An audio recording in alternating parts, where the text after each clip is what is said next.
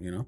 What would you recommend to that young artist that is just finally at a shop or studio that is about to, he knows he's gonna make some okay money? Well, how would you recommend just some tips on how he can set himself up to not have that bad credit in the future? Because right now he has zero credit. Let's just say, right? Assuming he has zero credit. What would you recommend? What are some tips you would give that young artist so that 5 years from now, or 2 years from now, or 3 years from now, he's able to buy a home for him and his wife or whoever he's with? First thing is he needs to get his banking down. Before you even jump into credit, you got to learn how to like manage your money and get your banking down. So if he's making Understand tips, your finances, yeah. right? If you can't handle a little bit of money, you're not going to be able to handle a lot of money, Facts. right?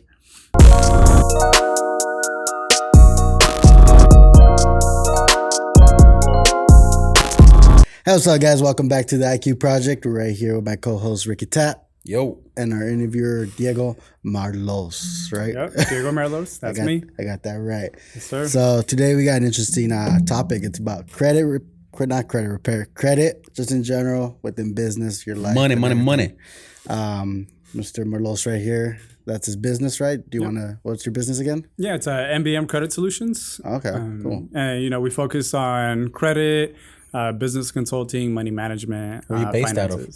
Rancho Cucamonga. Rancho. Yeah. Our office is off of Haven and 6. Oh, okay, nice. Pretty close to us then. Hey, close to the other tattoo shop. What's his face? I forget. Cucamonga Tattoo. Shout out to Big Clint. What's up? Well, before we get this started, again, our little plug-in right here. This is brought to you by Iconic Tattoo Studio. For our tattoo needs, please follow us on Instagram at iconic_tattoo studio. Now, let's get it started. Rickytatt. Yeah, today, man, we're gonna it's a good podcast. We're gonna give some value to all our listeners, and if you don't know about your credit, your financials, this is a good guy to listen to today on our podcast. He's gonna drop some gems on everybody. Again, this can apply to anybody, not just in the business of tattooing and any type of business. I think credit is very essential. We're experiencing a growth in credit and a need of credit right now in our third year. So the fact that, the way I met Diego is I actually tattooed him already 2 times.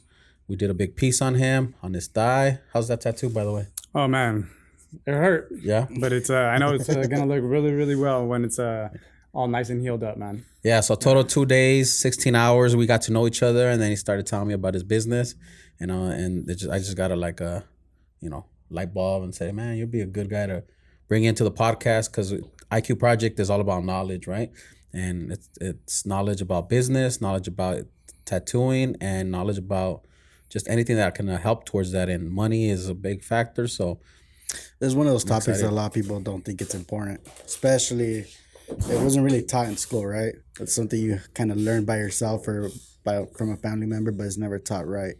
You want to give us a little story of how you got started in all this? Yeah, man, definitely. And first of all, I just want to thank you guys because, our goal is always to try to educate and help as many people as we can. So, given a platform to be able to do so, I appreciate the opportunity to be able to do that with you guys. Yeah, that's what I love about podcasts, man. I mean, because it's definitely doing what you just said. We're going to give a platform to people to learn from them. And it might be that time they heard it about credit and they're like, oh, so this is how it is, They just heard it through a different medium, so. Yeah. And I mean, I think that's one of the very big problems that when it comes to credit or finance, money management skills, in my opinion, in my experience, you're going to learn it 1 out of 3 different ways, right? Generally, it's going to be from your parents.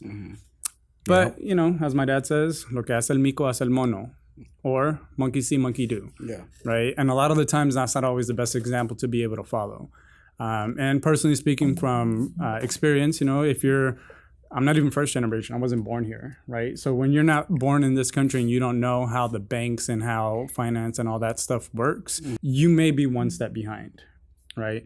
So if you're not learning it from your parents, either directly or indirectly, you're also picking things up from culture. Yeah. Right? And from a lot of Hispanics, a lot of times you don't want debt. You fear debt, you don't know interest rates, so you don't want to borrow any money, right? Yeah. If you don't have it, you can't afford it. So that kind of already starts to put a block on us. And then a lot of the times it's also environment, in my opinion. Right? So what you see in the movies, what your friends may do, So, for example, when I used to work at a restaurant, you make tips, right? So most people are just going to carry their cash and use tips, bartenders, servers, a lot of cash-heavy jobs. And then they always tell you, hey, don't put in your tips because then you're going to get taxed on it. Yeah. Not understanding the ramifications that are going to come In the future. in turn. Right. So a lot of the times we're left to our own devices. Yeah. So it's a privilege to be able to help educate people and have them understand how these things really work. Okay. Cool. Yeah, I mean, you said three very important points. You know, your parents, one, that's what we learn from at first. You know, and two, culture. You know, what is perceived. Like credit is bad. Credit is not bad. I recently just learned credit is one of the best tools out there. You know. And it's basically using somebody else's money. Yeah, you have to pay a little bit, but there's ways to around that. Yeah, and if the benefits of using it is better, is more than what you're paying, then it's a no-brainer, right? Yeah, it's essentially how I view credit. It's a tool to be able to help facilitate a lot of different aspects of life. How long have you been in business? So I started doing this when I was 17, right? I'm 33 now. So I've been doing it for about 15 or 16 years. And the way that I got started into it is my brother who you've spoken with. Yeah. He started doing mortgages at 17 and we're 4 years apart. So I was 13, right? So I was involved in finances and loans and stuff indirectly. My dad did real estate, taxes and stuff like that. And then when I was 17, I was going to learn how to do loans. But, you know, being 21 and 17, my brother, he was a little too busy to be able to kind of show me the ins and outs. Yeah. So I did more tedious things. And he would just tell me, he was like, here, read the Fair Credit Reporting Act. Where a lot of other lenders, once you don't have the credit, they show you the door. Yeah. Right? Like, hey, you know, let us know when it gets better.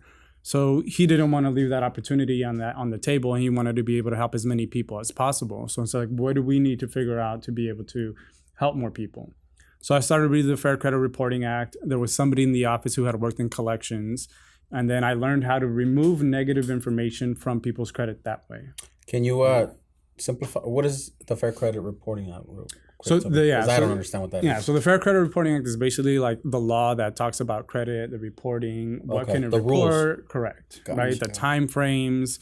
So it's basically like the laws that go and tie into credit. Okay, got it. Is that like a big ass book? It is. So it's extensive, right? Oh, okay. So then you got to like kind of go through it. And that's basically teaching you the rules of credit and the reporting and the time frames and when they can collect and when they can't. So damn, I didn't even know there was a book about that. Well, it's not necessarily a book, right? So it's like an act. Okay, right? Gotcha.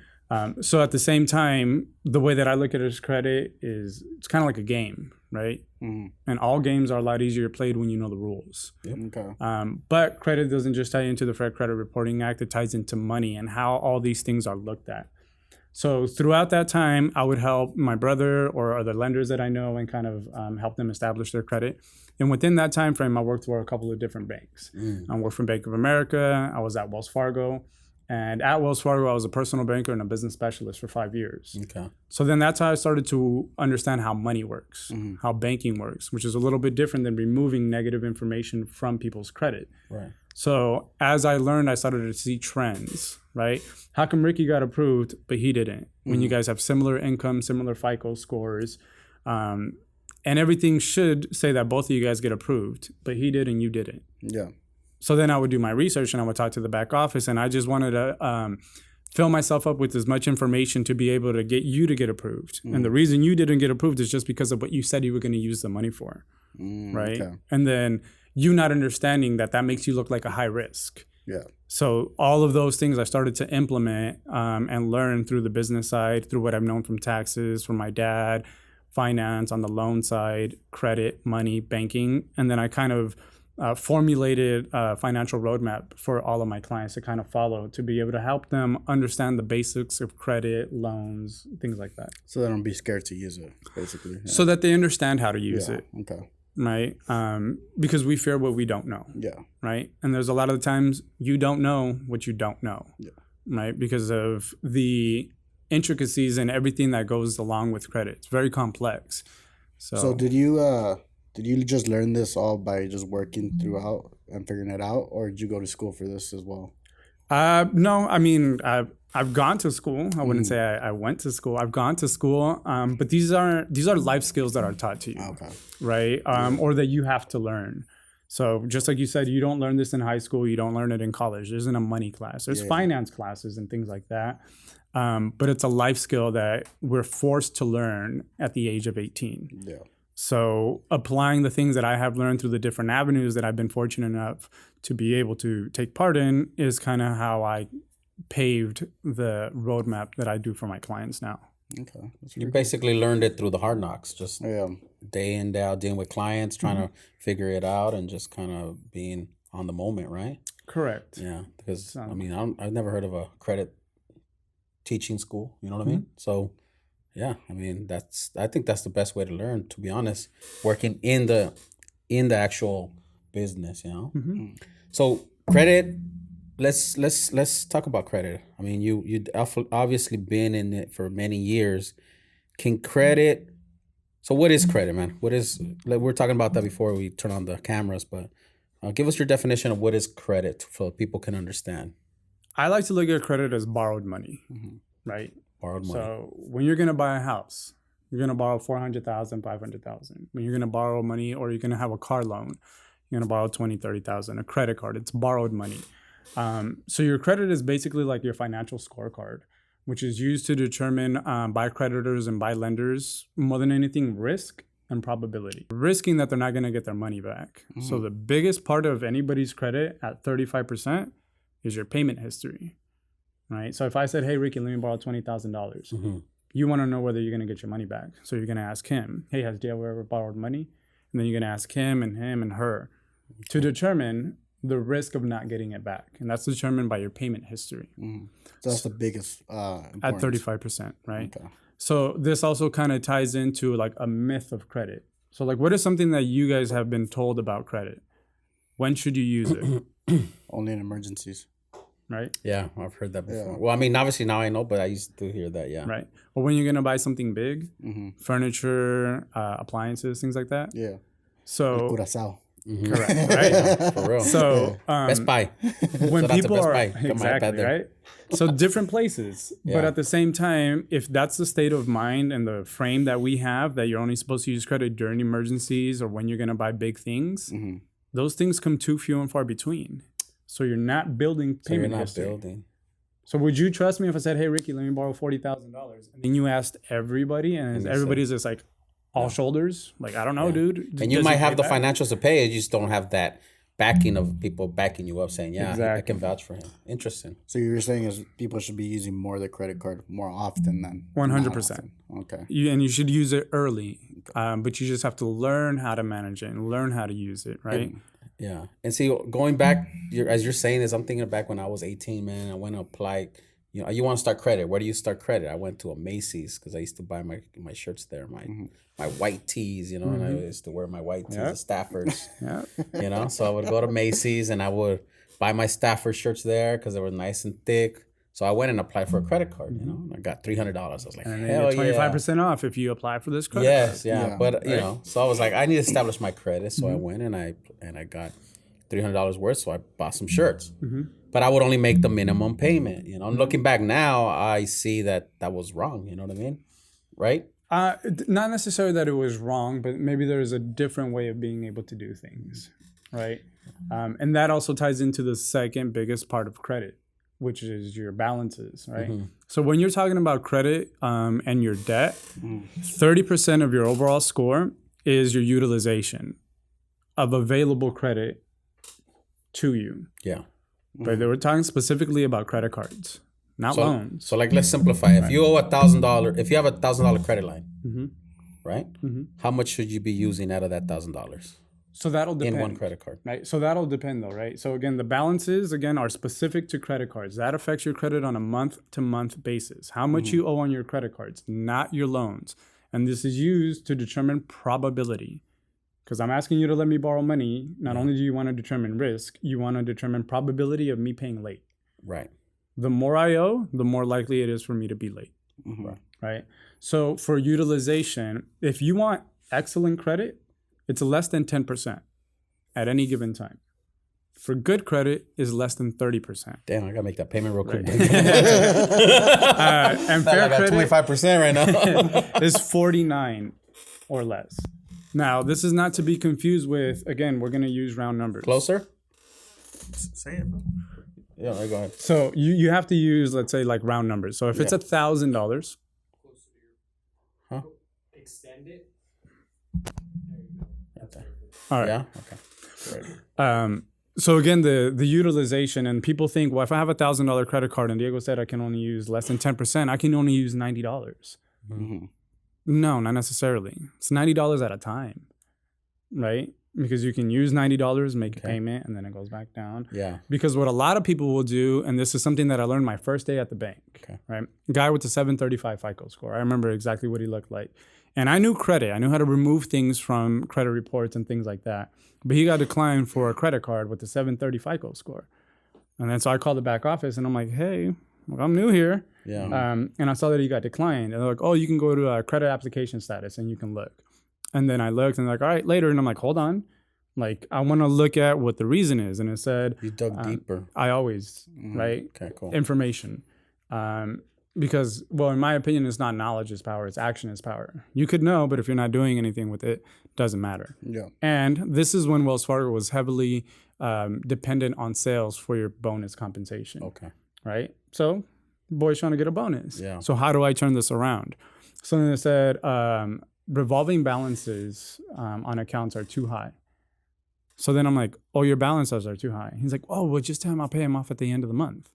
I'm like, no. Today's not the end of the month. Today's the 3rd. So when a lot of people do that, just pay it off by the end of the month and you'll be good, Ricky. Or use it today and pay it off tomorrow. The reason people are saying that is so that you don't pay interest, right?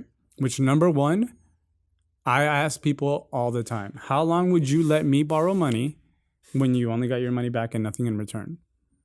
A week, 2 weeks, a month?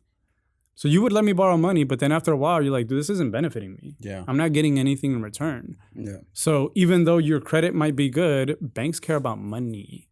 And when you're not benefiting them, they're just going to close out your credit card. Maybe not today, maybe not tomorrow, but eventually. And people don't know how to calculate interest when it comes to credit card for the most part, but especially when it comes to a credit card. So what you could be doing is maintaining low balances. And how do you maintain low balances? It's by making frequent payments. Don't use up your credit until the end of the month and then pay it off. You've gone over the 20, the 30, the 40, or the 50. So how do you stay within the 30% or less, or the 10% if you want excellent ratios? Make continuous payments. And I had that conversation with one of my clients. We're talking about credit, and they were trying to buy a house, but they were using like 80% of their credit. And I said, no. One thing I did learn was, at least stay within 30%. Explain to them, if you keep within 30%, then your credit, every time it gets regenerated, I guess it's called, or updated. Updated. Yeah, updated. Then it'll work towards your credit, and you need a good credit so you can get a house. And I guess that's your main objective, right? Sometimes with your clients to kind of to get a house. I mean, usually that's how their approach is. So I would say a good 95% of my clients are people who are trying to purchase a home and don't qualify based on their credit. And it was a shocker because they didn't know. They're trying to get a house, but they didn't know that it gets maxed out. You shouldn't max it out. Just because it says you're allowed $1,000 doesn't mean you can go and spend $900. You know what I mean? And that's also one of the biggest benefits of credit. You can access more money than you actually have. So when people tell me, what should my balances be? Well, it depends on your situation. It depends on what you're trying to do. Sometimes you have to exceed that 20, 30, 40, 50, 80%, right? But that's something that you can work on and you can continuously have a plan and a budget for, is to maintain lower balances. Yeah, nobody ever has a plan for that. They just say, I got approved for $1,000 bucks. I'm gonna go use it. I'm gonna go get a laptop for $800, and then you pay the payment's $59. Hell yeah, I'll pay $59 every month, and you get a laptop. But you're not realizing that you're accruing a lot of interest, right? And not only that, it's affecting your score, because now every update is saying you owe, 80% of the credit, right? You've been using 80% of it, so therefore it starts bringing your credit score down, right? Right. Kind of, sort of? Yeah. Definitely. So, like, one of the things, as you said, like, we don't plan for that. And there's a saying that says if you fail to plan, you plan to fail.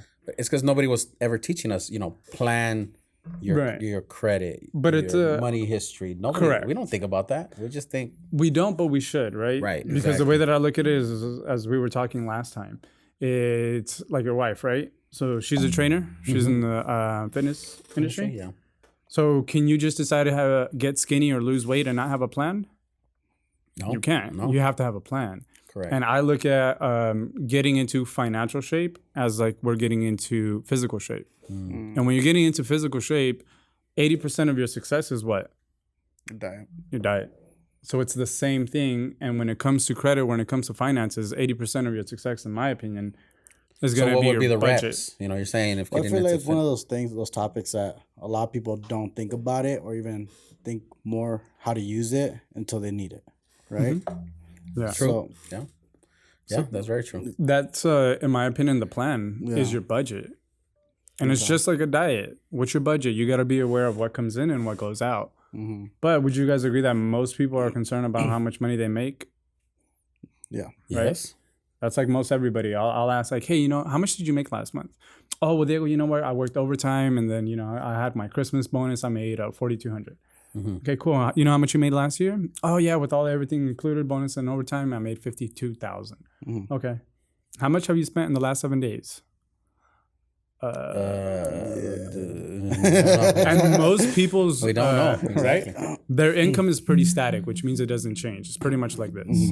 Right? Even if you're self-employed, you kind of have an average. There's ebbs and flows, but there is a pretty static amount, Constant, right? An average. But if you're not tracking your spending, which can go up and down and up and down and up and down, that's where people start falling down that slippery slope. That's where people start to mismanage their credit because they're not aware of what they should be. So you have to, at the very least, set up a budget. Do you teach your clients how to set up a budget? Oh, okay, that's cool. Yeah. Try to make it. So credit repair is not a one day, buy a shirt, thank you, see you later, right? It's like come in, interview, establish your foundation, and then roughly how long does it take for you to deal with a client? How long do you have a client for? So we average about 100 points in 3 to 6 months of an increase. Damn, I'm about to hire you, dog. Credit can change as quickly depending on your profile and what you're trying to accomplish and things like that, as quickly as 2 weeks, right? But that's not very normal. Yeah. Credit takes anywhere between 30 to 45 days to report. But when we are, and again, depending on what that person is trying to do, the credit bureaus legally have 45 days to conduct an investigation and provide results to any disputes, formal complaints, or challenges. But especially because of COVID, that's taking a little bit longer. So that gives me the time and the opportunity to have people implement everything that is aside from the disputes. So how should you be banking? What should you say? What shouldn't you say? What kind of accounts should you have? How do you manage these accounts? Where do you allocate your funds? So it's 3 to 6 months for us to usually average about 100 points, but there's times I'm working with the client for 1.5 years, right? But the average, Sometimes as quickly as 2 weeks. So I kind of want to go back to that whole thing about you saying like people working on cash, right? A lot of tattoo artists work on cash. I mean, so why is it important to, because not a lot of people wants to report that. Why would it be important for them to report that money that they're receiving in tips? So I'll put it to you this way, right? Let's say you guys are a bank. You guys are Iconic Studios Bank. And I want to borrow money. Even if you weren't a bank and it was just individually, would you want to know that I have money to pay you back? No, that's true. Yeah. You would want to know that, correct? Yeah. So I got $3,000 in my pocket right now. Do you know that? No. No. Okay, at home, under my bed, I got my shoebox, I got my Kobe Bryant rookie card, I got my 8th grade love letters, and I got $50,000. Or in my safe with my guns and all my important documents. Do you know that? No. So would you agree that for you as an individual or as a business to let Diego borrow money, Diego using cash is the worst thing that he can do? Yeah. Okay. It's the same thing, right? I see. So A lot of people say you gotta save up that cash and really just save it and leave it there.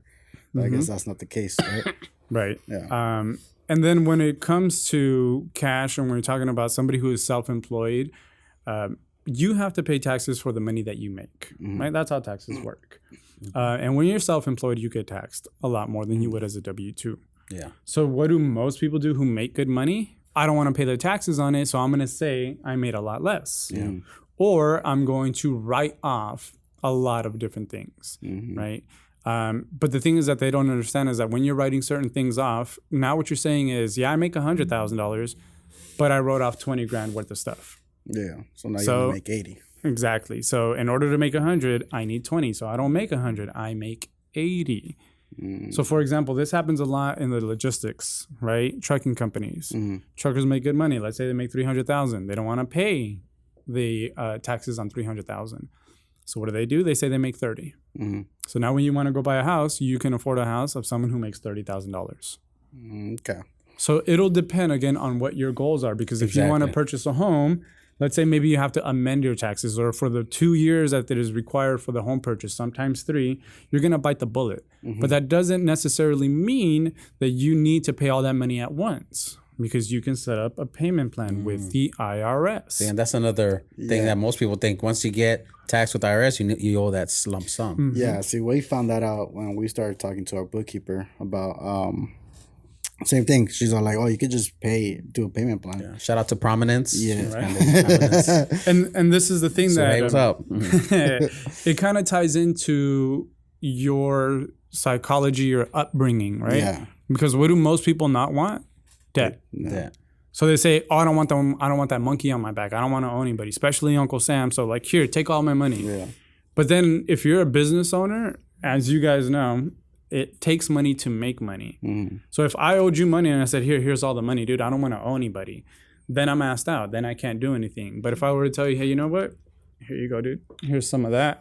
And then I can use this and I can pour a little bit over here and I can give Ricky some money to start helping me out with the tattoos. And then I can do other things here. And it's letting go of it a little bit at a time. Yeah. Because then I can purchase the home when I have the IRS payment set up. And then once I get my home, that also is an asset. Because at home, I can buy it for $100 and then tomorrow it's going to go up to $200.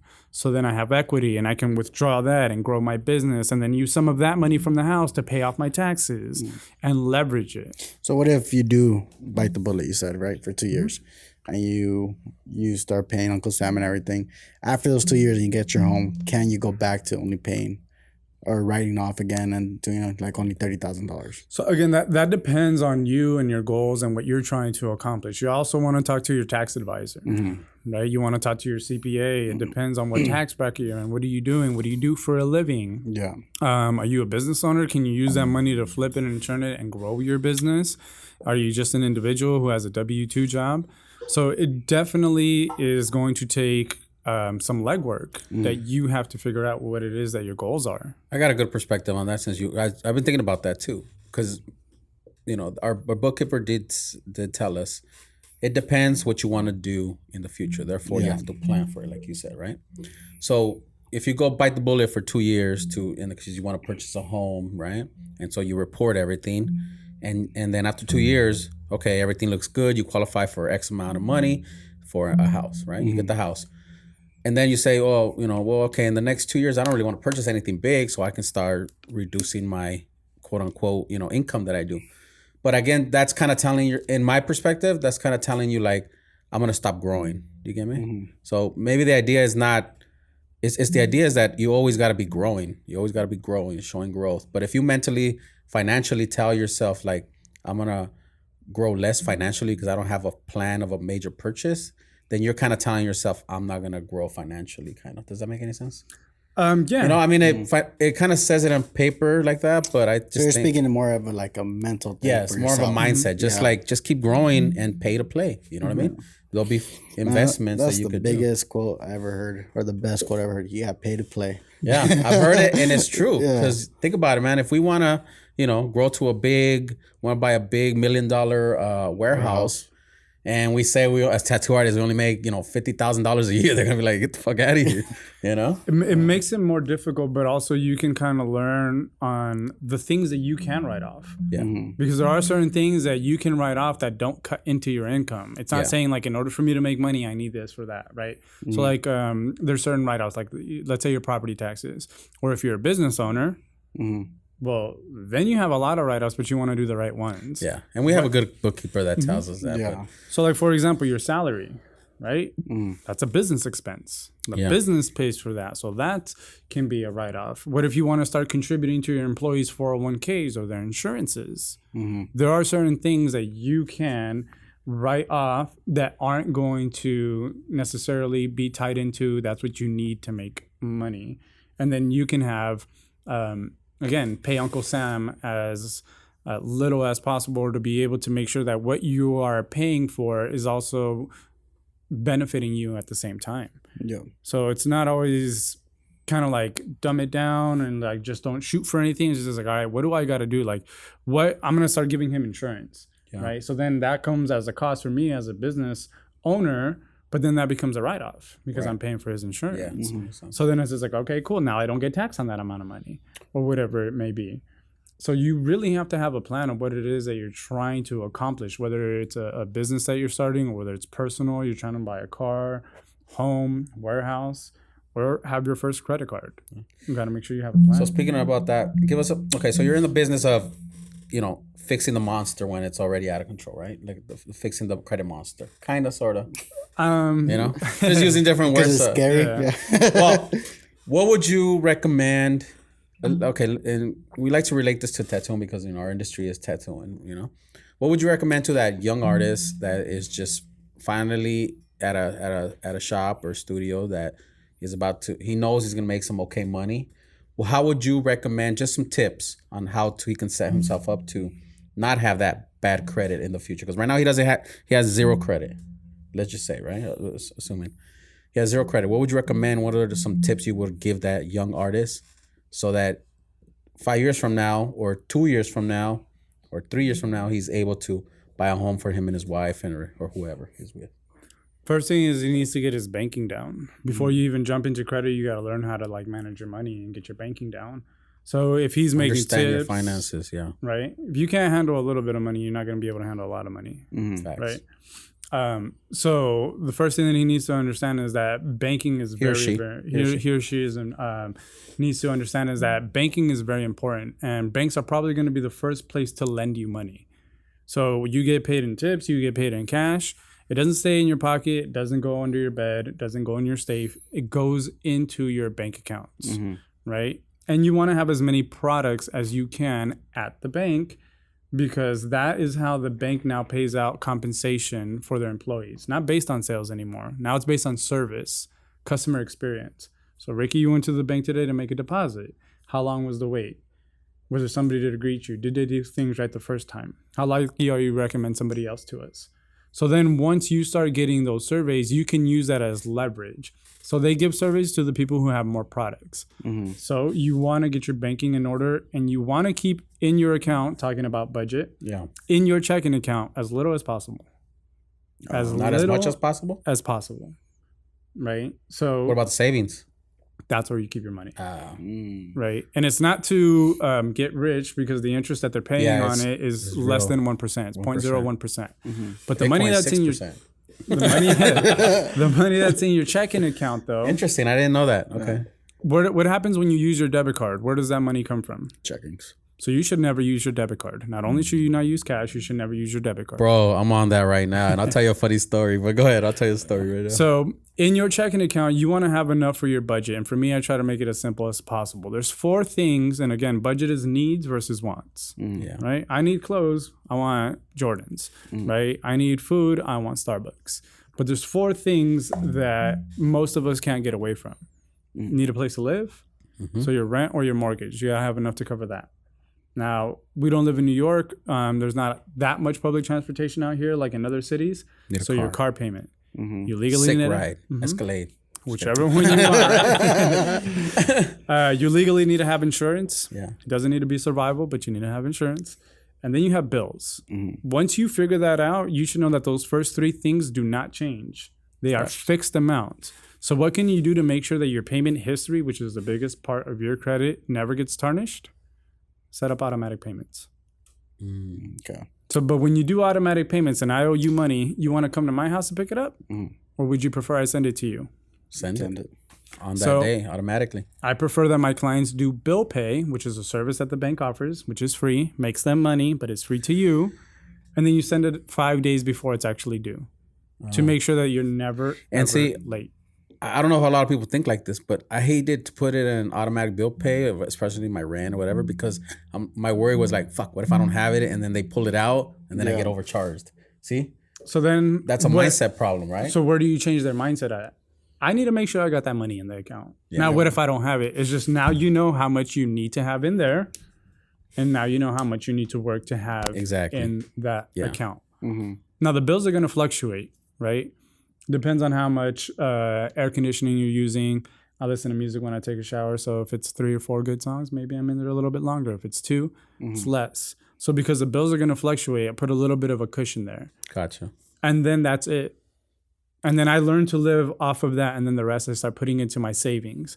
So I can start building up that average balance. So when I do want a credit card, you'll see that I have money in my savings. You trust me. You also see that there's a very low probability of people stealing my money because I don't really use my debit card. Right. So you're saying budget it, plan it on the bank with the bank, and then be resourceful with the bank, have a budget, and then you could apply at a bank. Or what if you can apply like at a Macy's or a Best Buy? You could, but you said the bank's the best. You're just going into Macy's and that's like somebody coming up off the street and being like, "Yo, can I borrow money?" Oh, okay. They don't know you. Gotcha. But if you're banking properly, you have a checking account, you're savings account, you have a relationship. This is why it's also important to establish accounts. Guys, see right there. Listen to this. Rewind this. This is good. This is good. I'm learning too. Shoot. So then you're spending everything on your credit card then. Correct. Everything that you buy, in my opinion, you want to buy on credit. Okay. Right. So out of your checking account are only purchases, or I'm sorry, payments. Right. So I pay my rent, I pay my car, I pay my insurance, I pay my bills. But things that I buy food, I buy groceries, I buy clothing, I buy concert tickets, movie tickets, things that I buy. So you can't pay your rent and your utilities through a credit card, right? Absolutely not. You should not. Because then that's going to be a cash advance. Right. Gotcha. So you're not making a purchase. What you're doing is you're saying, I have a $10,000 credit card, take out $2,000. And for that, they will charge you 25% of whatever you're going to withdraw. So if you want to borrow $100, it's going to cost you $125. So you're overpaying. Okay, that makes a lot of sense. Because this last year, I just learned about credit, man. And this whole last year, literally, I've just been swiping my credit card. I hardly ever do any transactions on my checking. And like the story I was going to tell you earlier is like the other day I was here tattooing and I needed gas. And so across the way from us here, guys, is our gas station, but they don't take credit. So I didn't have I didn't have no cash, and I only had I had my debit card and I had my credit card. So I was about to pay, and I tried to do it with the phone, with the whole thing, because I'm all, it's so easy. And it said denied. And she's like, "Oh, we only take debit." And I was like, "Fuck." And I'm like, I'm so into that practice of paying with my credit card, because what I learned is you get those points. And it's not a lot of points, but it's free money regardless, and it adds up. I mean, I think I'm at like 80,000 points already, and so that equates to like $800, but still. So what I literally did is, all right, later, I decided to go to another gas station by my house and just pay with a credit card, because I made that mental decision that if I pay with my checking here, I'm not gonna get any money from it, and using my credit card. And then you're also putting your money at risk. When you use your debit card, it's linked to your checking account. So every time you swipe that debit card, you're running the risk of somebody putting in a skimmer or someone taking your information. See, a lot of people don't even think about that. I didn't think about that. Yeah, but it was inside. There's less risk, The same thing. Yeah, I guess, So credit fraud is another different thing, but you're right. So this is a question that I pose to people, right? Do you guys remember what happened at Target like 7 years ago? No. Right. So they hacked into the system, and then 20 million people were affected, and they took their money. Oh. Right. And then it happened at Home Depot a month later, and there was 30 million people. Shit. You guys remember what happened at Equifax, the credit bureau, 2 years ago? I remember a story about that. So that is prevalent. Fraud, hacking, or whatever it is. So I have a lot of clients that tell me, "Oh yeah, Diego, that's why I never pay at the pump. I always go inside because they might put a camera in there." Okay, well, what about the 20 million people that went to Target? They were inside the store. Facts. But somebody can go in there. Now, if you're using your debit card when you make your purchases, you're risking all your money. And if you're using cash, nobody knows that you're responsible. So if you're using credit, it's just like you said, it's OPM, it's other people's money. Yeah. So not only is there absolutely no risk that when I go to the gas station and someone takes my information, that it's not my money, I'm also getting points like you said. Yeah. So what can I do with that money? That extra money, I can go on vacation. I can start to build that money as my emergency fund. I can make an extra payment on my car. I can make an extra payment on my house. Mm-hmm. Yeah, that's crazy. I've never thought of that. I used to always do my checking. Now, literally, there's probably like, in this last year, there's probably less than 20 transactions in my checking. You know, that's probably all just bill pays. Mm-hmm. But it's all been my credit card. Mm-hmm. And then at the end of the month, well, not even at the end of the month, now I do like 3 or 4 payments during the month. Mm-hmm. And because I see the credit card line going up and up and up. I mean, the debt balance that I owe on balance. And so I'm paying it down. So it's just transferring from checking to credit. Mm-hmm. And what I noticed was that by doing that for a year, all of a sudden the credit limit just all of a sudden one day went doubled. So they show, so all of a sudden, boom. I'm like, damn, son, let's go. What is like let's go get that Escalade. What does the bank system start to recognize? Responsibility and consistency, right? And he uses money. The more money we give him, the more money we make. Yeah. So then that starts to trigger the system to be able to implement recommendations and offers to apply. And if you have most of your money in your savings, your average balance starts to increase. Because if you have all your money in your checking, what happens to that money? Paid my car, paid my rent, paid this, paid that. So it's always low. But if you're putting money in your savings account, it's always building. It's always higher. Yeah. So this is why people, if you have ever been to the bank and they get mad that they can't cash out their check. Yeah. And they're like, well, how come I can only get $400? Well, it's because you always come in here on Friday and you give my teller a check. She gives you cash and you put it in your pocket and then you come back next week. So when I write you a check from Bank of America and you have Chase, you don't know if there's money in that account. So what if that check bounces? So that's what you got to say. Like, I'll give you a little bit right now, give you a little bit more later, and then the rest you got to wait an even more longer time. Mm-hmm. But if I had a consistent average balance that is high, you know that even if that check bounces, I'll be okay. You're not going to get fired. Everything is good. So it's beneficial to get your banking in order. So to anybody starting out, set up your budget, start understanding how much you need to make in order to cover your expenses, and then the rest start putting it into your savings account. So low checking, high savings, and use your credit card. Correct. Basically. And pay it more than once a month, right, son? Correct. If Keep possible. keep many payments that you need to make. Let's say I'm starting out and I'm doing tattoos. What is some shop or some equipment or things that you guys need to like pay for? Machines. Ink, machines, tubes, whatever it may be, right? So do I want to pay that with cash? Mm-hmm. Do I want to pay that with debit? Or would I prefer to use my credit card because that's a purchase and then I'm going to get money back? That allows me to be able to use other products and services or whatever it may be from that credit card. So it's just recycling money. You're still doing what you're doing now. You're just changing habits from cash or debit to credit. And then that's how you can start to develop a good payment history, and you're keeping your balances low, right? Making frequent payments. And that's going to depend on your limit and your spending. Yeah. Because I have certain clients that got a $10,000 credit card. They can make one payment in the month and it's still below that 10%. But I had clients that tell me, Diego, I have a $300 secured credit card. I got 16 kids. How am I going to spend less than $90? That's 30%.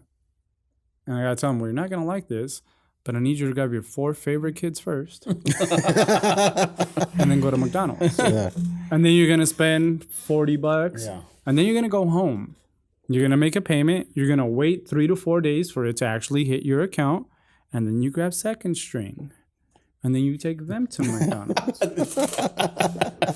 It's a little bit more work, but it can be done. Yeah, it's a pre-planned, instead of getting the instant gratification of spending it. I totally agree on that. It's little by little on how you can manage these things. Little tips that you guys can implement and use to be able to do that. Cool. So let's fast forward that scenario now. There's a young artist, right? He understands this. He's good at pre-planning his budget. He's really good at planning his budget. He starts getting some cards, some credit card. He's using it as prescribed, which is now he wants to purchase let's say a car, right? That would be the second purchase. If he's smart, he'd be purchasing a house if possible. Let's talk about scores. Can you just simplify what scores mean in different, from the 600 to all the way to 800? Yeah. So there's just so that people, because people don't know, what's really a good score, what's an average score, and what's a really great score. Yeah. I didn't know that. I mean, when we went to go to the dealership, you're like, oh, you have an amazing score. I was like, I didn't think it was that bad. Yeah. Or that good. So it'll for number one, there's different scoring models and different types, right? Okay. So FICO is responsible for 97% of loan decisions for banks, right? For cars, for houses, which is different than like a Vantage 3.0 scoring model, which is what Credit Karma is. Okay. And even within FICO, there are different scoring models, right? Because there's different types of debt. So there's a different way of scoring them. So it's like comparing a book report to a final, right? Or a quiz. Most people, their biggest debt that they're ever going to have is going to be a mortgage. So that's graded on a harsher scale than a credit card or a vehicle. Gotcha. Right? So, and it also is going to be very dependent on, again, on what your goals are, because you can get a home with a 580 FICO score. With the 580? 580 FICO. So let's play that scenario. The artist is 5 years in. He's been killing it. He's making some good money. Let's just say he makes $70,000 a year, right? Because he's that good and he's doing a good job. This is just scenario talking. He wants to buy a house. What type of credit score would he need at that time to buy a house? Again, he can do it as low as a 580 FICO score. It depends on the loan program. Okay. So you can do 580. You could do a 640. You could do 660. Down payment assistance. Is he a VA or is he a veteran? He can qualify for VA. So there's options. There is. And that loan program, you should talk to your lender. And he should tell you and explain to you how both or all three of these work and then which one is going to be best suited for you. Because if you come in with a lower FICO score, you might have to put more of a down payment. The higher your credit is, the better your interest rate might be. So 580, that's poor credit. That's poor credit. Yeah. What's so average in your? So you go like 620, 640. That starts being like fair credit, not so good.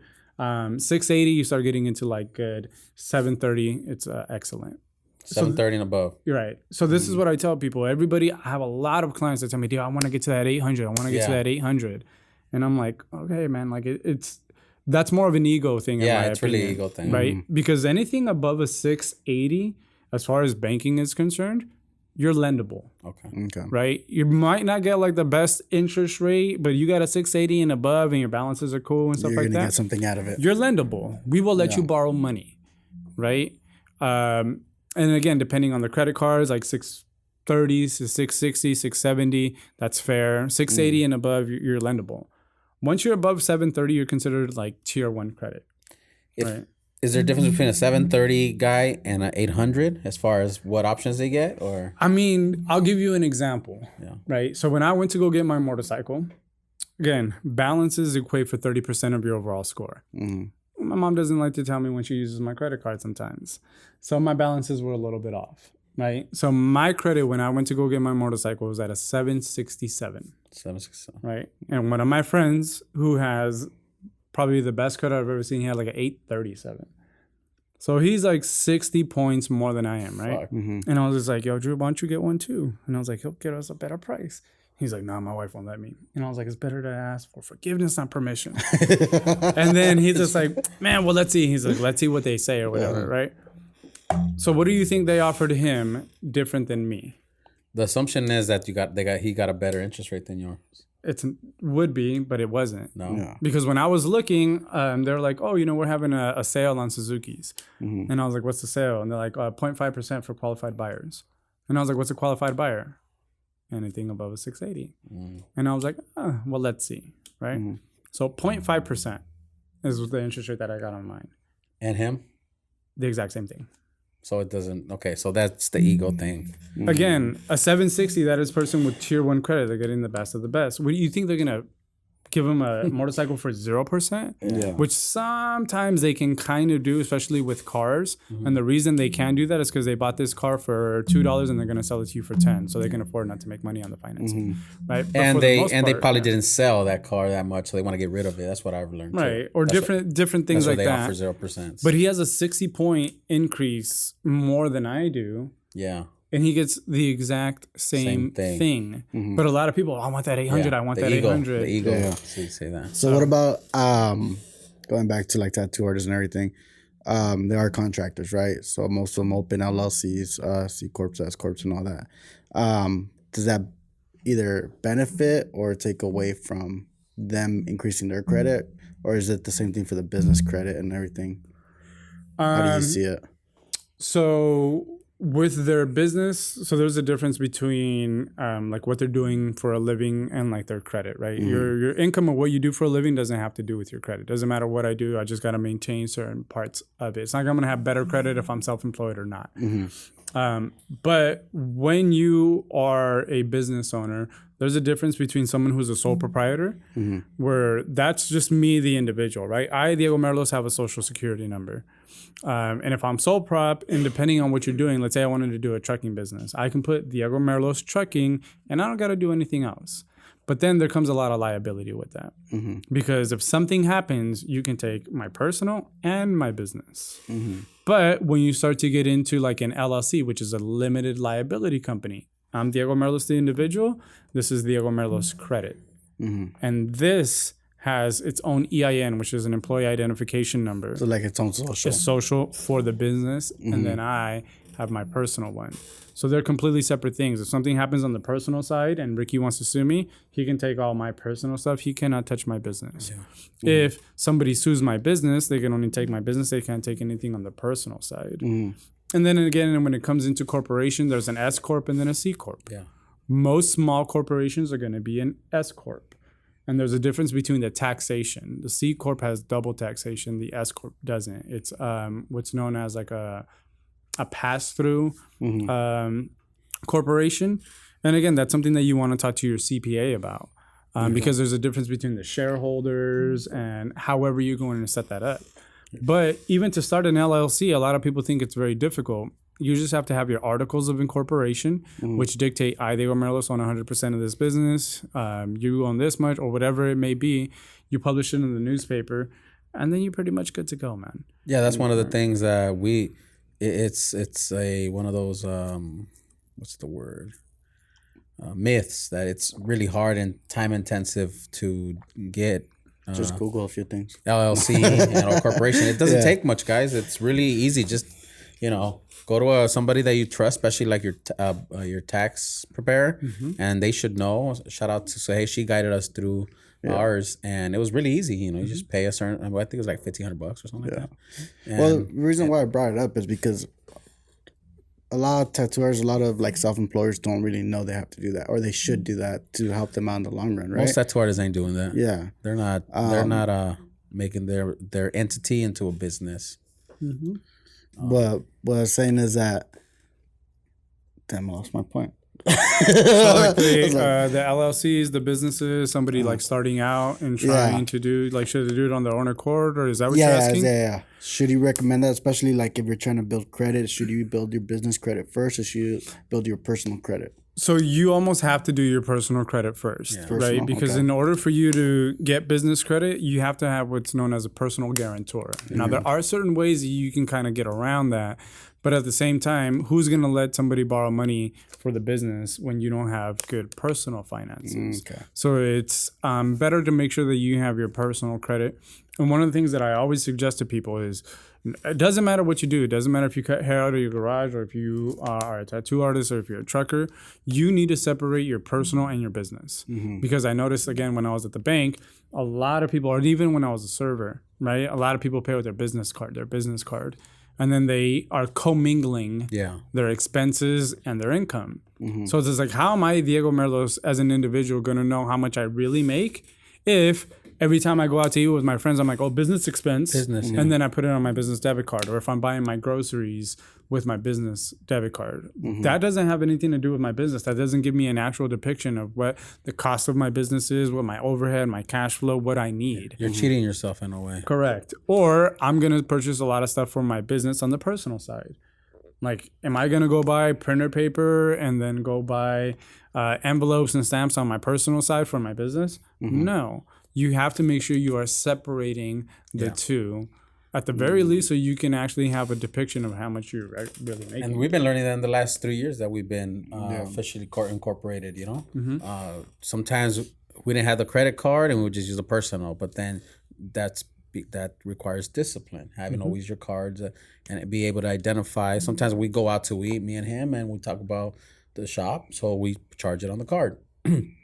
A lot of times we pay for our artists for the shop some food, and we charge it on the card. So it just depends, different situations, but we never abuse it as far as like just because we're gonna go to the club or bar or whatever and just charge it. Business meeting. Yeah, because again, you say you're gonna cheat yourself of what your real expenses are. And then you also want to make sure that again you're talking to your tax preparer, because the laws change every month, every year. Well, I mean, the new one that just changes, I believe they're gonna start taxing on like over 600 for any income you get into, like Zelle or any app. Any digital cards? Oh, really? Yeah. Supposedly that's what they're saying. Yeah, because it's happening a lot of transactions, you know. Yeah. Right. And then at the same time, though, is because laws change all the time. I don't think food is an expense that you can write off anymore.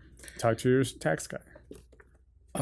Meals. I recently heard that you can up to a certain amount of money. I don't know where the sources came from, but I think it was one of those like Instagram financials that said it. But you can up to a certain amount. Okay, yeah. So that's like, little things that's that when you have to be mindful. It turned on my... Because I think it has to do something with it. Like, so we provide it for our clients. You know what I mean? Yeah. So would that intent, be a business expense because we're feeding our clients because they're going to be here for 10 hours? You know what I mean? Yeah, as long as it's justifiable, I guess it's to a point. Yeah, again, I'm not a tax preparer, but I'm saying like there's little things like that. Where I know that I think it was like last year or the year before, it wasn't, or they dropped the certain amount that you can do, or whatever it is. Because then again, it's just everybody's just. I kind of remember now. It was an incentive that they made it into a law as an incentive so that we can provide business to all the Ubers and all that. That's what that was the reason for it, so that it can and all that. Yeah. So by using them more often, businesses using them more often gives them more employment, and therefore it triggers the whole thing. That's kind of how I remember. I'll research it and get back to you guys. But it's crazy, man. Yeah, you got a lot of knowledge, bro. It's again different things on looking and preparing yourself for whatever your financial goals are, right? Because not all my clients are trying to purchase a house. So, how far do you think people should plan out, like, or set a goal, like 1 year? As far as what, like their budget? No, like if they're trying to buy a house, should they plan out for 3 years ahead, or should they plan out for 2 years ahead, since that's how long it takes? Or again, it's gonna be dependent, right? So I'll give you an example, right? So I was at the Panera off of 4th and Milligan. Sitting in line, and then I see my buddy. It's like Diego Merlos, and I was like, I turned around, and it's a guy that I played soccer with in high school. And I was like, oh damn! I was like, what's up, Tim? And then he was just like, hey, you do real estate, right? And I was like, no. He's like, you do loans? And I was like, no. He's like, well, because a lot of people like tag you and different stuff. And I was just like, well, I looked at like the credit. And then he's like, oh yeah, my girl and I want to buy a house, but like in 2 years. And this is something that I always ask people, and I'm like, oh, okay, cool. Like, why 2 years? He's just like, oh, because I got to save up for the down payment. And I was like, okay, like how much do you think you need? Oh, like 20%, right? I was like, nah. 10? Nah. 5? Nah. 3.5? Sometimes, yeah. And I'm like, you got $2,500? Because on average at that time, which was like 3 or 4 years ago, this is how much it was costing for down payment assistance, where the government pays for your down payment and you pay the closing cost. And I was like, you got $2,500? He's like, oh, well, on Friday. And then I'm like, so again, a lot of people say, oh, I'm going to buy a house in 5 years, or I want to do it in 2 years. I want to be here, because you think you need more than you actually need. Or they're regurgitating what is perception around everybody, around themselves in the environment, right? Oh, you need 20% at home, but that's conventional loan. Well, that would be for an investment property. Oh, okay. Right? But again, you can put down as much as you want. Again, this story has, I guess, kind of like a little bit of like layers, right? Right. So then I told him, I was like, is your credit above, at that time was a 640. He's just like, yeah. He's just like, but my girl's isn't. He's like, and I want to make sure that she could be on the loan as well. Right. And I'm like, okay. And I'm like, we can definitely work on your girl's credit. And I'm like, but you can also put her on title. She doesn't necessarily have to be on the loan. He's like, no, I don't want to do that. Like, I'm not trying to do anything sketchy. I'm like, you're not doing anything sketchy. She's still on the loan, but she's not financially responsible for it, right? Liable. So we... that's actually better for her. Right? So then we ended up helping his girl's credit. And then he was gifted $50,000 from one of his aunts. So he's just like, oh, I'm going to put this money down. And I was like, are you sure? Because again, it depends on what you want to do. Exactly. My job is just to provide people with information. Yeah. And then the concept or the thought process behind that is the more you put down, the less you finance. The smaller the amount that you finance, the smaller your payments are. But at that time, for every $5,000 that you put down, your payment went on down about $30. So 5 times 10 is 50 grand, right? Yeah. 30 times 10 is 300? 300.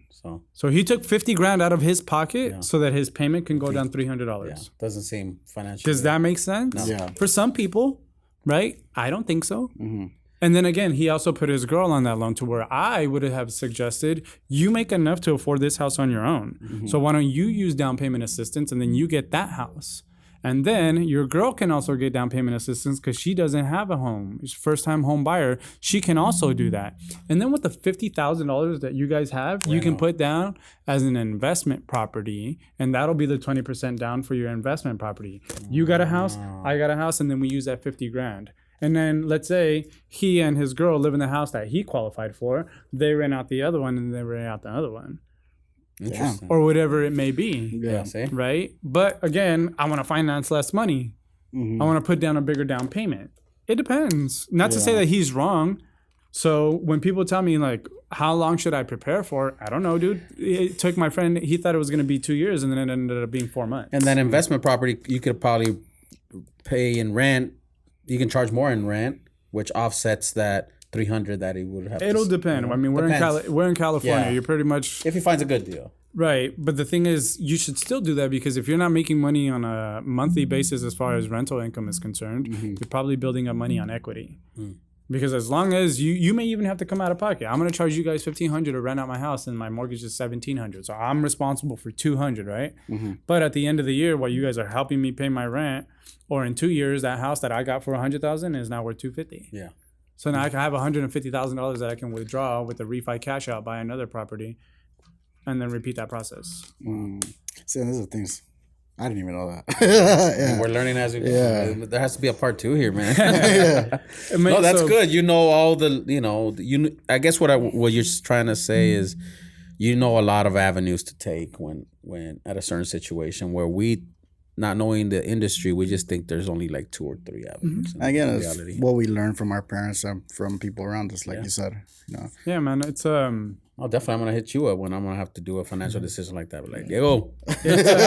And that's essentially what we provide. Again, our business model is value through education, right? Just to be able to help people understand things and inform them so that you can make an informed decision. Through my experience, again, being and knowing how important proper money management is and how much it can help. Let's say a relationship. A lot of relationships or a lot of divorces are caused because of financial troubles, right? You're always worrying about paying the bills and working and stressing out. You're probably not happy with your partner. All these things can kind of go into can kind of start to trickle down, right? I can't find a babysitter because I can't afford a babysitter. I'm working 2 jobs and my kids are out there. Now they're in the streets doing a bunch of different things. I'm always stressed out. It's a tool, just like you said, that can be used effectively to be able to make whatever your goals are. Because in my opinion, most people, again, Hispanics, who are people who work very, very hard, other ethnicities too, but I'm Hispanic, so I know how hard we work as a people, right? And what do most people view their finances on? It's like a horse with blinders. I don't want to borrow any money. I don't want to use credit. I don't want debt. I don't want this. I don't want that. It's bad. What are the finance charges? No, if I don't have it. So you're walking through life like this. And I think everybody is on a similar path when it comes to life because it all ends up in the same place, the dirt. Yeah. So what I want to do is be able to pull those blinders back so people would be like, oh, dang, look, there's a free apple right here. And that free apple you got because you use your credit card and your points. And then you got to go through the hoops of life. And then you see, oh, there's a pond over there and I can go kick it for a week for free. That's a vacation that I get to pay for based on all of my points that I use. Yeah. So it's just being able to open up people's blinders to be able to take advantage of the hard work that you put into and that you didn't know that you were able to get because I don't want credit, I don't want debt, banks steal money, what's the high interest rate, this, that. So people are very focused on that. So my job is to pull those blinds back and show people how they can actually do it. Do you find that, okay, you have clients now that go through your process, of fixing the credit. Do you find that they, at the end of this process, become more credit savvy, or do they fall back into their original After they get what they habits? want. Yeah. I think it depends, man. Because I can never guarantee the results of the investigations. I've been doing it for 15 years. I know what it should say, what it shouldn't. I know how to try to remove information from people's credit, but that's not something that I can or anybody should guarantee. So my focus is to help educate people. But you give them tips on the way, because I've heard you have conversations with some of your clients while I'm tattooing you, and you're telling them like, so and so, but you just purchased a car, so and so. Oh, that's gonna diminish your debt to income, and I'm wondering like, how long has he been a client of yours that he should have known that, or do they forget? Is it just like? Or do you get returning clients that come back to you after they? Unfortunately, I have had some, and I mean, I don't use that as sometimes I'll be like, dang, what did I do wrong? Like, what? How did I not educate this well enough? But it's the same thing. People take information differently, and I can't be responsible for the things that people do or don't do. Right? I had a client yesterday who had a late payment. Her score dropped 150 points. Damn. Now, did I do my job in my part and tell her, and that's what I had to talk to her today before we got here. I said, Irma, I was like, tiene un pago tarde.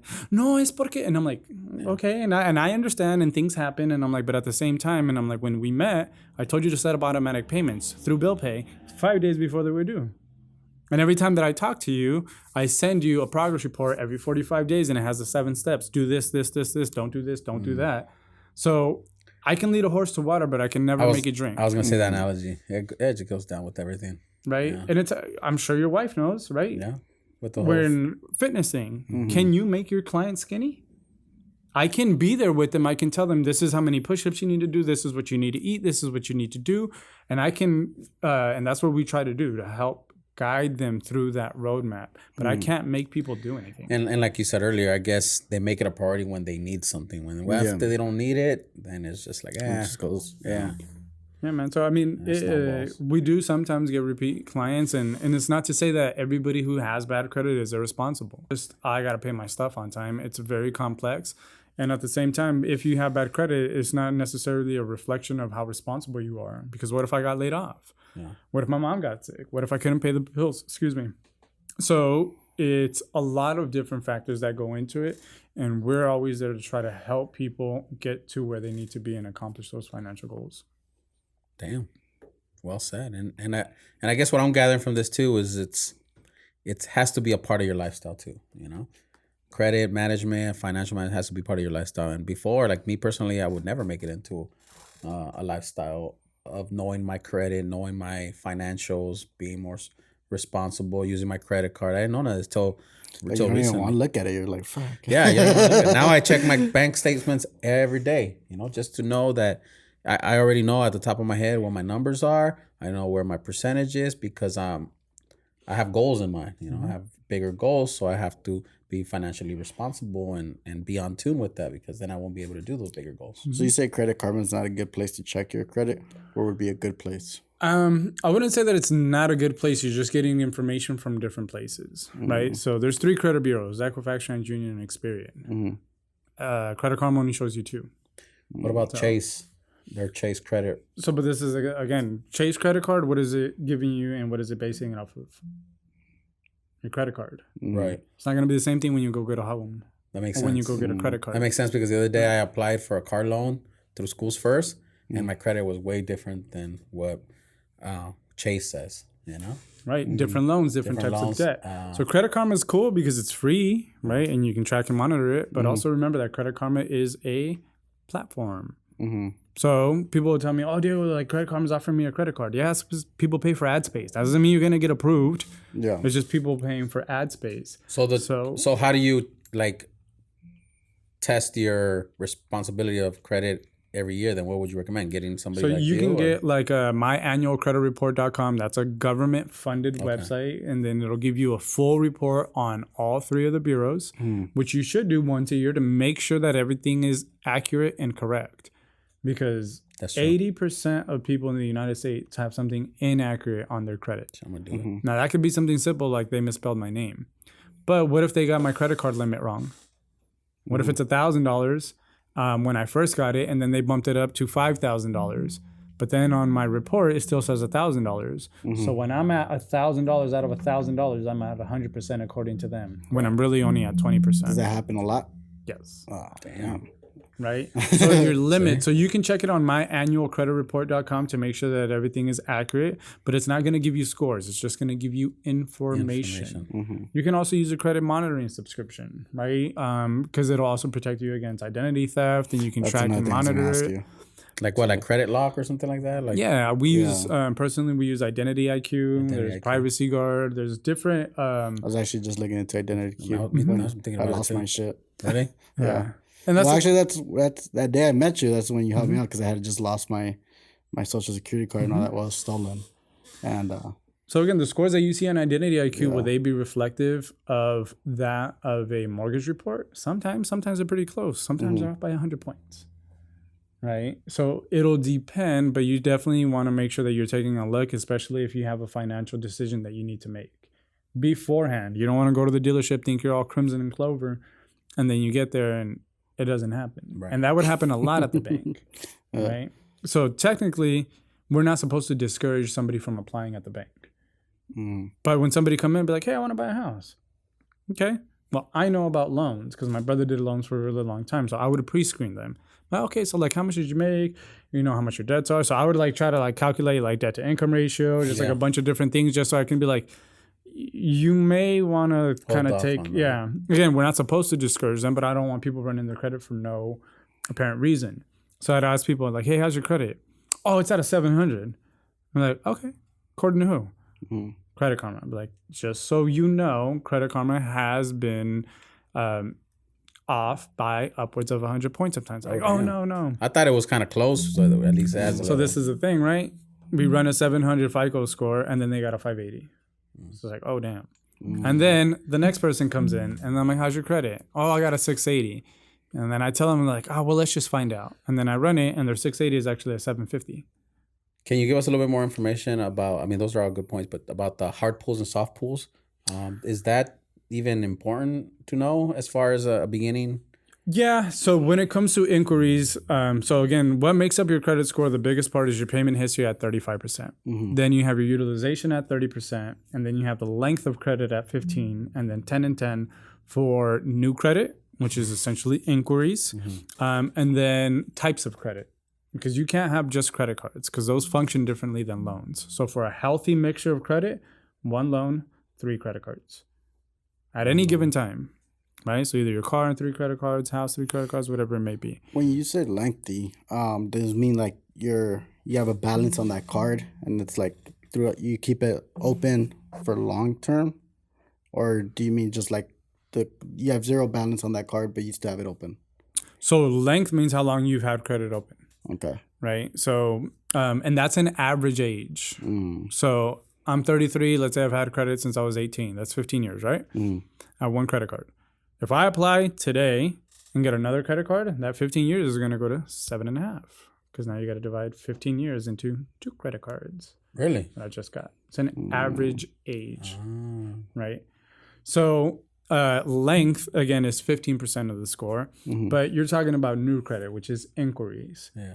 Anytime you apply for credit, debt, auto loan, whatever it is, credit's going to drop about 15 points. Right. Is it true that if let's say I've been recently looking into buying a car, if you start doing soft inquiries through car loans because it's the same industry, and I get my credit pulled like 4 times within within 2 months or within a month because I'm vigorously looking for a car, does that affect your credit, or is it? I've heard that you can, as long as it's in the same industry. That's what we were talking about last time. Right. So again, an inquiry will lower your score 15 points whether you get approved or not. Right. right? But when you are trying to purchase a home or a vehicle, like let's say the car. Yeah. So I go to CarMax right now, they're going to run my credit 15 times. Right. That doesn't mean that my credit is going down because BMW ran it, because Honda ran it, CarMax ran it. They know I'm not buying 15 vehicles. Right. That's going to be bunched into one. Gotcha. Because I am doing what is best for me. I am rate shopping. So you guys listen to that. That's very, very important because we always think, oh, they're going to run my credit. It's going to drop every time. But as long as if you're doing it within a certain period of time, right? Within 45 days, And it's you in the can run same your type credit of without industry. limit, and it'll be counted as one. Because I have a lot of clients tell me, oh, it's because I try to buy a car. That's why my credit's bad. I'm like, no, that's only 15 points. Yeah. Right? They're like, yeah, but there's 10, so that's 100. Or sometimes you're scared, No. guys, or sometimes you're scared of like going shopping around for a car and having them check your credit score because you're gonna think, no, they already checked it at BMW. Yeah. If I go to Ford, they're gonna check it again. It's gonna go lower, then I won't be able to apply. That's not true, guys. As long as you're doing it within that same time frame, that's what I 45 learned. days Yeah. with a mortgage or a vehicle. Yeah, same for homes, exactly. So I can go to Wells Fargo Home Mortgage. I can go to Neo Yeah. Mortgage, Integrity Home Finance. It doesn't matter, right? You probably don't want to be doing that either way, right? But when it comes to credit cards, if you go to Best Buy and then you go to Target and then you go to Capital One and then you go to B of A, even though it's the same type of debt, which is revolving credit, those are all different debts. Different pools. Exactly. So that understood. I just knew that on homes and cars because you're shopping. You know, you're trying within to get- 45 days, it'll count as one. Right, and that goes into your new credit. But also, inquiries, their meaning and their representation on your credit diminishes over time. Gotcha. Why? Because it's not new in a year. Mm-hmm. So it'll start to taper off. And inquiries cannot be on your credit legally for more than 24 months. So they'll fall off automatically. Okay. Are you able to take late payments off of people? Literally anything that's on a credit report has the ability to be removed. So late payment or it's a collection. If it's a bankruptcy or a tax lien, child support, literally anything that's on anybody's credit has the ability to be removed by challenging and putting into question the accuracy and validity of that reporting. Okay. So you have an 80% chance that that information will be removed when done properly. So late payments, say you're due the 2nd, right? How far on does it require? Like, say you can't do it on the 2nd. If you do it on the 10th, does that still affect it a lot? Or It shouldn't. It shouldn't. So shouldn't. I know there's a certain limit, right? There's usually a grace period. Yeah, there's a like grace period. right? No. No? No. So there is no grace period when it comes to being late. Yeah. Like when you go get your car, they'll tell you like, oh, your payment's due on the 1st, but you can go all the way up to like the 15th. Mm-hmm. Right? So what do people think? Oh, I got until the 15th to pay it. So that's their payment date. So now when you pay on the 16th, you're late. But what about in home loans? Isn't there a grace So, period? but this is the thing, though, right? So there is no grace period. If you're late, you're late. And they charge But at you. the same time, it cannot be reported Oh, gotcha. unless it's more than 30 days late. Got it. Okay. There is no such thing as a 10-day late on credit, right? So It's it's You'll 30, get the 60, late fees. 90. You'll get the late fees of the processing through the loan manager through the loan, but it won't be reported On your credit. unless you Okay. pay it. That's So for me, like, again, like, is there a grace period? That's like, oh, yes. But I don't want people to think that there is a grace period. Just take that out of your mind. When's your payment date? Pay it 5 days before that. Don't be like, oh, I got until the 16th. Learn to budget your Proactive. finances to not look at it that way. Buster reading Right. notes. But anything, and that's inaccurate information that's on people's credit. Mm-hmm. Go ahead. No, go ahead. Go ahead. I got to make my car payment today and I don't pay it until Friday. Am I late? Technically, yes. But the only thing that can happen is that Honda can charge me $45 late fee. Yeah, They can't put that on my credit because it hasn't been more than 30 days late. understood. So it's 30-day increments, 30, 60, 90, 120, 150. Okay. Do you find that people are getting the hang of knowing about their credit? Do you see that it's a growing trend, or are you still thinking like it's a never-ending battle? You know what I mean? Because I find like people are getting to know more about tattooing, you know, the quality and all that stuff. But I think definitely technology and social media helps. So I went to Etijuana High School, right? So when and even now I've gone back to talk to juniors and seniors, not always about credit, but about banking and things like that. And I'll go to different high schools, after school programs, just to try to make sure that I can help people understand this. So the last time that I went, how many of you guys have a checking account, right? 16, 17-year-olds. Like 35% of them. Damn. When I went 4 years ago, it's like 3 or 4 kids, right? Because again, you look at social media, you look at TikTok, you look at Instagram, and it becomes a little bit more readily accessible, the information, things like this, right? How many people are trying to tattoo or get tattooed by you, want to know what you're talking about, or want to kind of emulate the things that you do, and now they're able to be privy to this information. So it is starting to get a little bit better. But what's also kind of bad about that is what comes along with it. Well, not everybody knows what they're talking about. False information.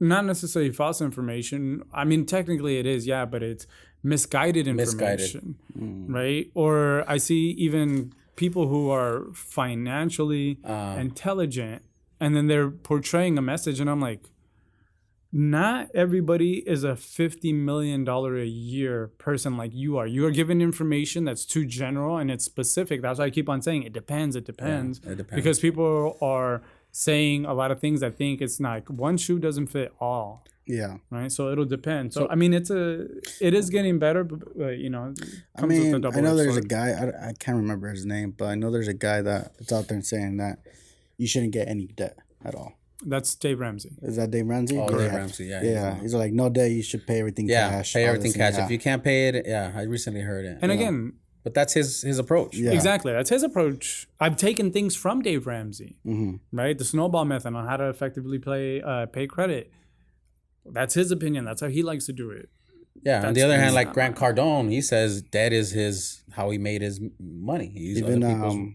That guy from Rich Dad Poor Dad, he said use Robert? debt. Yeah, Robert. He said use So it just depends on what you believe, you know. But see, and then like again, not to like try to criticize somebody or anything like that, but Grant Cardone was on a podcast that I saw with a comedian. And then he was asking, I was like, so like Grant, like what should I do? You know, like to somebody who wants to like kind of get into this, is like, what should I do? And then he's like, you live in this house? And then he's just, yeah, he's like, sell it. He's like, sell it and invest in yourself. He's like, really?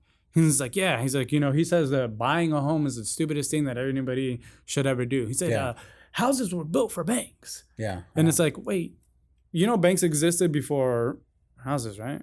Or I'm sorry, houses existed before banks, like sticks, huts, and stuff like that. No, it's called a shelter, dude. People need a shelter. Not everybody knows how to do it and can afford it. So banks will fund you that money. Right. And he's telling Tom Segura, who is a comedian, to sell his house and then invest in himself.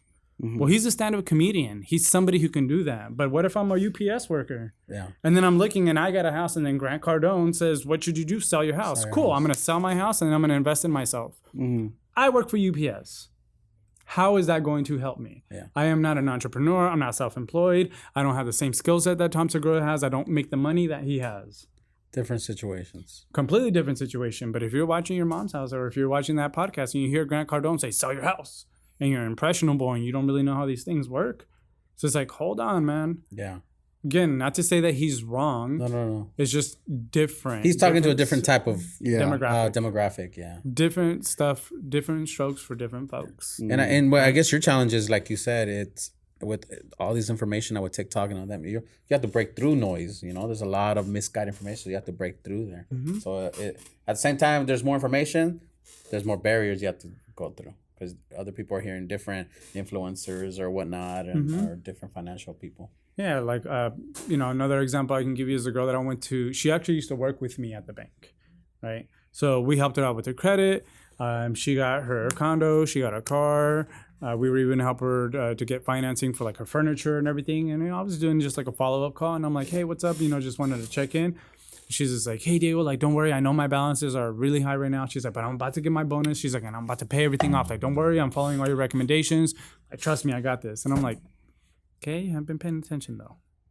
And I said, do you have a house? Yes. So you got a car? She's like, yeah. You got furniture? Yeah. You planning on buying anything over this next year? She's like, no. I'm like, so why don't you use this whole year to pay off your debt?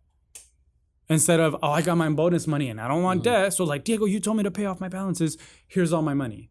So it's like, no, do a plan, do it little by little. You have no big expenses that you are anticipating because you got your house, you got your car, you got your furniture, you're making your payments.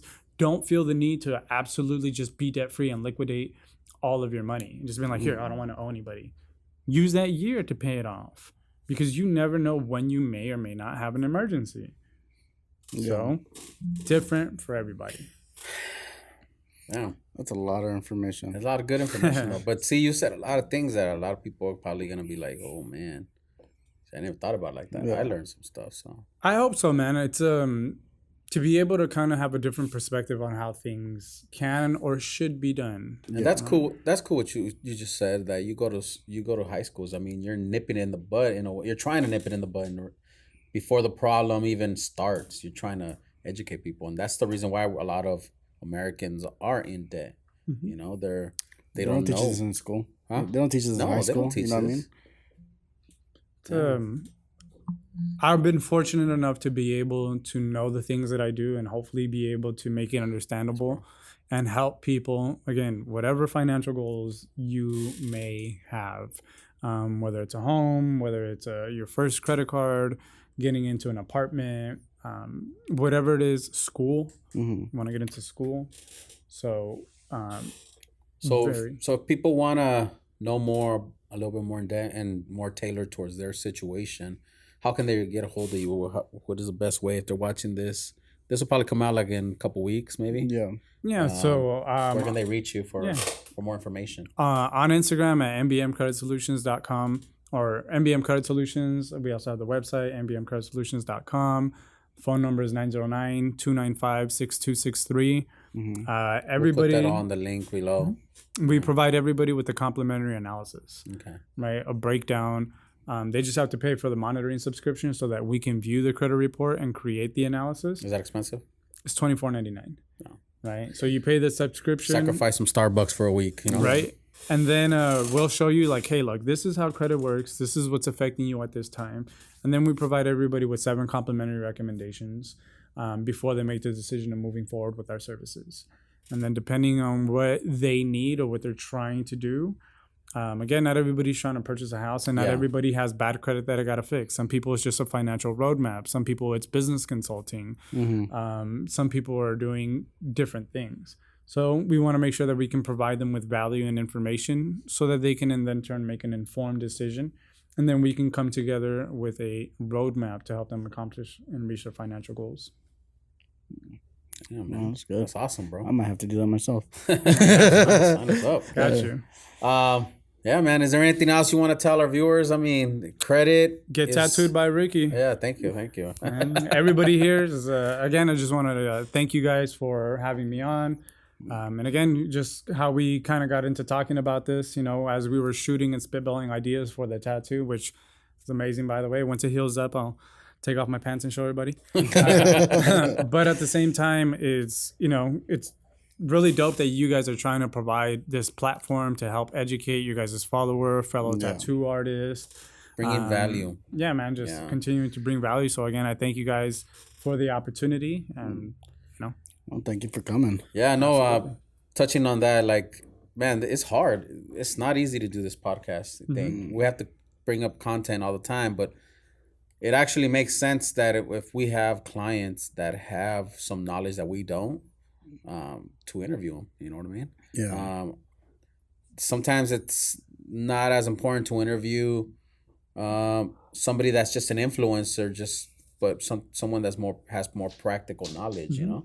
Because that's the essence of this podcast, man. IQ Project. Yeah, it's a project to bring knowledge, you know, to everybody. And why not help them on that kind of stuff, financials, you know, which is never talked about, really. It's barely starting to. So thank you, brother. I appreciate you. Thanks for coming through. Hey, each one teach one. Yep. Yeah.